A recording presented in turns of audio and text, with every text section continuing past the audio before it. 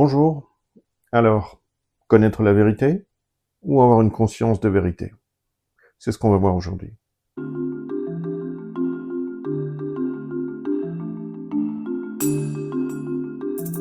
Dans l'enseignement de Joël, il insiste beaucoup sur la différence qu'il y a entre connaître la vérité et avoir une conscience de vérité. C'est très différent.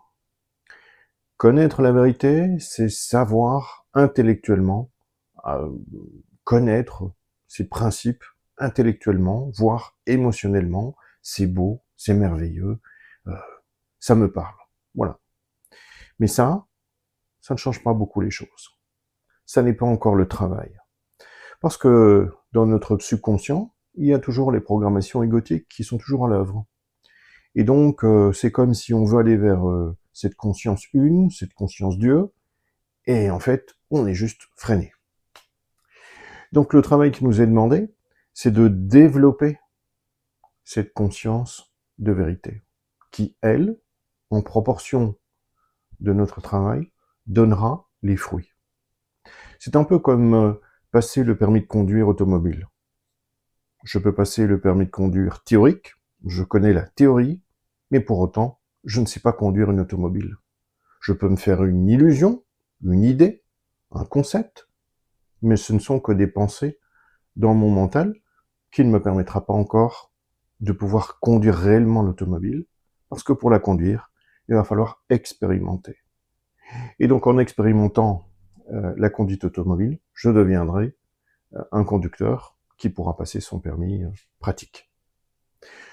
Dans la voie infinie ou dans tout autre enseignement de vérité, on va trouver le même type de problématique et le même type de voie, en tout cas pour nous élever en conscience. Alors c'est quoi s'élever en conscience? Eh bien c'est avoir lu, mais plutôt avoir étudié les principes de vérité, et ensuite les laisser s'imprégner en nous, afin qu'on puisse vivre par la parole par la suite. Donc c'est-à-dire vivre par ces principes, c'est-à-dire les incarner dans chaque situation de notre vie quotidienne.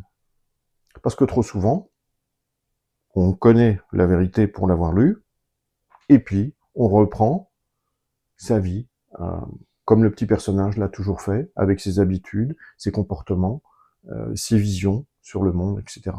Et donc, il y a dichotomie, et ça ne va pas le faire. Donc cet enseignement, comme d'autres, nous pousse à développer cette conscience de vérité en nous. Ça va passer par trouver d'abord l'entrée du chemin, qui est à l'intérieur de nous, et pas à l'extérieur de nous. Donc tous les combats à l'extérieur de nous devront s'arrêter. Défendre une cause, s'opposer à une autre, tout ça n'est que chimère, et qu'il faudra dépasser, parce que sinon, on sera comme les Don Quichotte du XXIe siècle, à courir après une cause ou s'opposer à une autre. Viendra aussi le fait d'arrêter tout combat à l'intérieur de soi, tout combat, et d'apprendre à s'abandonner à ce seul pouvoir. Autrement dit, il va falloir aussi acquérir cette conscience qu'il n'existe qu'un seul pouvoir, et pas deux. Parce que on est baigné par cette conscience humaine qui est teintée de bien et de mal. Et donc, on juge en bien ou en mal. Et en fonction de ça, on se comporte dans la vie. Et voilà, il va falloir arrêter ça. Alors on commence par arrêter de juger en mal. Là, on dit qu'on ne critique plus rien, plus personne. Voilà, c'est le premier début. Et puis, la partie la plus difficile, c'est d'arrêter de juger en bien.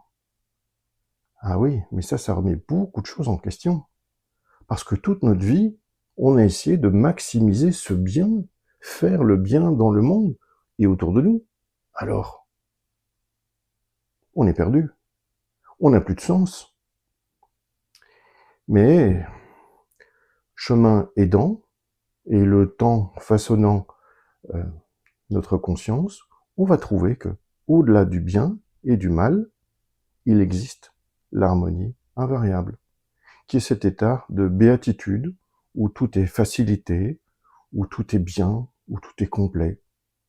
Et pour arriver là, à ce sentiment de complétude, il va falloir abandonner le goût des belles émotions qui nous amènent toujours à vouloir développer ce bien humain. Ce bien humain qui, lui, contient les graines du mal. Joël prend l'exemple, par exemple, de la prohibition, où, pour une bonne cause dans le monde, arrêter tous les ravages de l'alcool, en fait, le gouvernement a décrété la prohibition. Résultat, ça a créé tout le trafic d'alcool et ça fait exploser les mafias, qui sont aujourd'hui très puissantes. Vous voyez? Donc de chaque notion de bien humain, on va créer un futur problème. Donc tous ces combats vont devoir s'arrêter. Et pour ça, il faudra trouver l'entrée en nous de cet état de tempérance et d'un certain apaisement mental. Parce que si on est trop agité, trop dans le vouloir, dans le désir, eh bien l'entrée ne se trouvera pas. On sera encore trop avide de plaisir de ce monde.